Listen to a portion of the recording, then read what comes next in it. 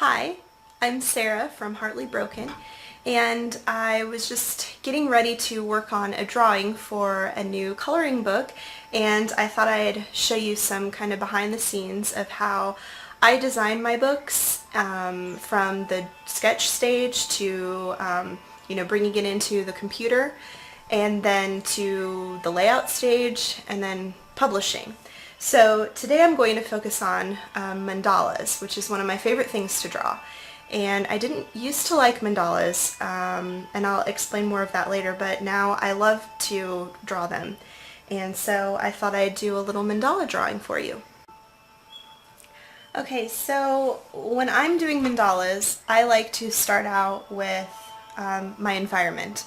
And so you see I have my snacks there.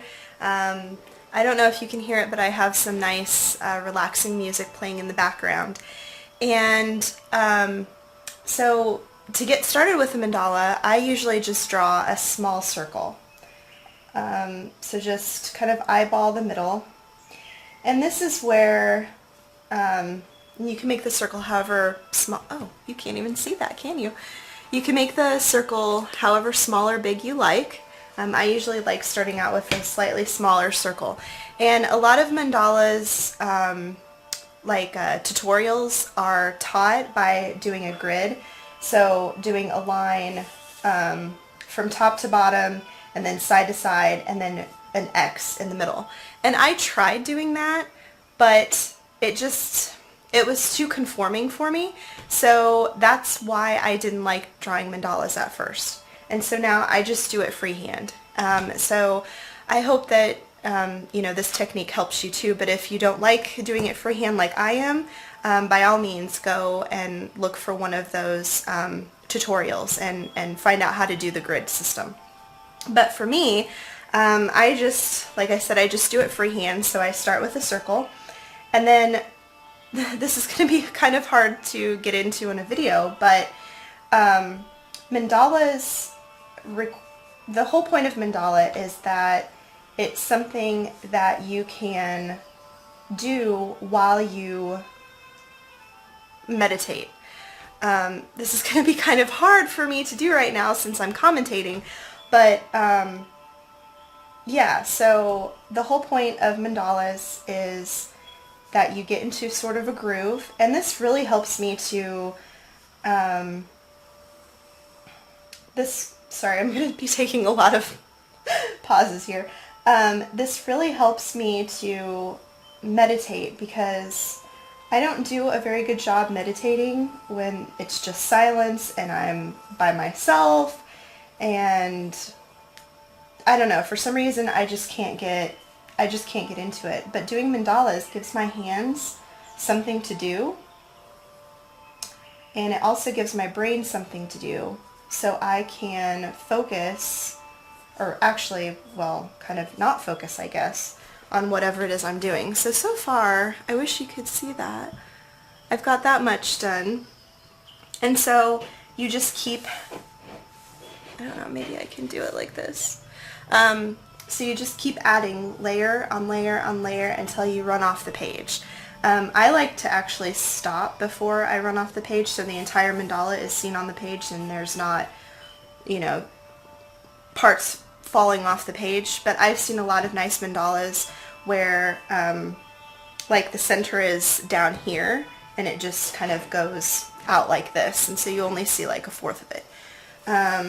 You can do your mandalas however you want. This is just how I do mine. So I guess I can talk a little bit about what I do. I create tools for moms and children who are going through a divorce. And I myself have just gone through a divorce. I have a 2.5-year-old daughter, and I started creating tools because I didn't really find any tools that were very helpful. Sometimes I don't like what I do when I have to erase. So when I first separated from my ex, I tried to find tools and resources to help me and I really wasn't finding anything that was very helpful. So I started creating my own tools. And one of the first tools that I actually created was a crocheted heart. So oh, can you even see that? Oh, I guess you can. Okay. From my angle looking at the camera, I can't really see that. Okay. So the first project that I created, the first tool that I created was a crocheted heart. And it was to symbolize my own heart and kind of as a symbol to keep my heart safe. And I designed a box to put it in, and it was just a really therapeutic process. So that was the first tool that I created for myself, and at the time I really didn't think that it was a tool. It was just something that I did to make myself feel better. And then I created some worksheets to go with it, and then I have my coloring book, Color Through Divorce. And this is actually going to be, it'll probably be in my next coloring book that I do. I'm also working on one for dads who are going through divorce. But this one specifically I'm working on with a friend of mine for families who are expecting a new baby, to kind of help the older children get used to this new child, and get used to not being, or get used to their family changing, and work through any feelings that they have about the new baby. So this is probably going to be in that. Kind of like that. And then yeah, it's really hard to talk while doing this. You're not really supposed to talk while doing mandalas. It's actually a lot easier than I thought it was going to be, but when you're doing this, oh, and it's gone off the paper. Oh, I don't like it when it does that. When you're doing this, obviously you're not going to be talking, and there really is no right or wrong way to do mandalas. You've probably seen me erase a few times, so if something doesn't feel right, by all means go ahead and erase it, but don't think that you have to have certain designs or have a certain quality, because it's really not about the quality. It's about the process and about getting into and I actually don't like this, so I'm just going to erase this part. It's about getting into the zone and getting into like a meditative state like I was talking about. And then you have the added bonus after you draw to color it in. And then that's, another meditative activity that you can do. I know as a single mom, it's really hard for me to find time to myself and to find peaceful time. It feels like I'm always running around everywhere, and my divorce is over. Is divorce really ever over? Probably not, but we are officially divorced, so at least that part is over. But if you are still going through your divorce, then not only are you a single mom taking care of a child, you're trying to get through your day, you're trying to keep your business going or keep your job going, and it's even harder to find time for yourself. But doing something like this, it doesn't really take a whole lot of well, it does take practice to just get into the zen of it, but all it takes is a paper and a pencil and 15 minutes. Everybody can find 15 minutes if you really try. So I'm going to take a drink real quick. So With my mandalas, a lot of times I feel like less is more. So I might go back in and do something like this. And you can actually get inspiration online for different designs that you could do if you feel stuck. You can also get a lot of good inspiration from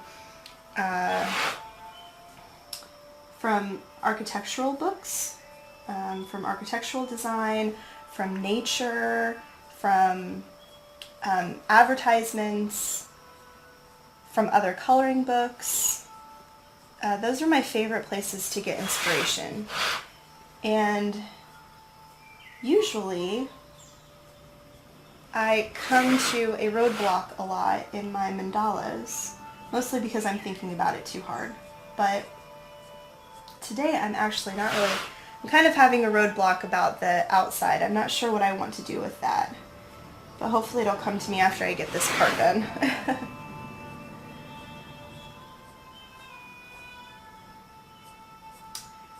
So I think I was saying something, but now I forgot what it was.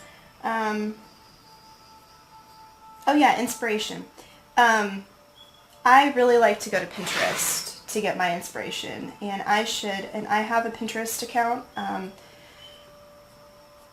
have a bunch of Pinterest boards for, divorce and health and divorce support and humor and stuff like that. So I should add maybe a mandala inspiration board for you. And I'll actually put that in the description. So let me figure out what to do for this outside. Usually when you hit a roadblock with something like this, it's because you're thinking too hard about it, and because I'm trying to commentate and I can't just stop thinking, because I have to commentate. So I think that's why it's a little harder for me. But I think what I'm going to do is just do something like this.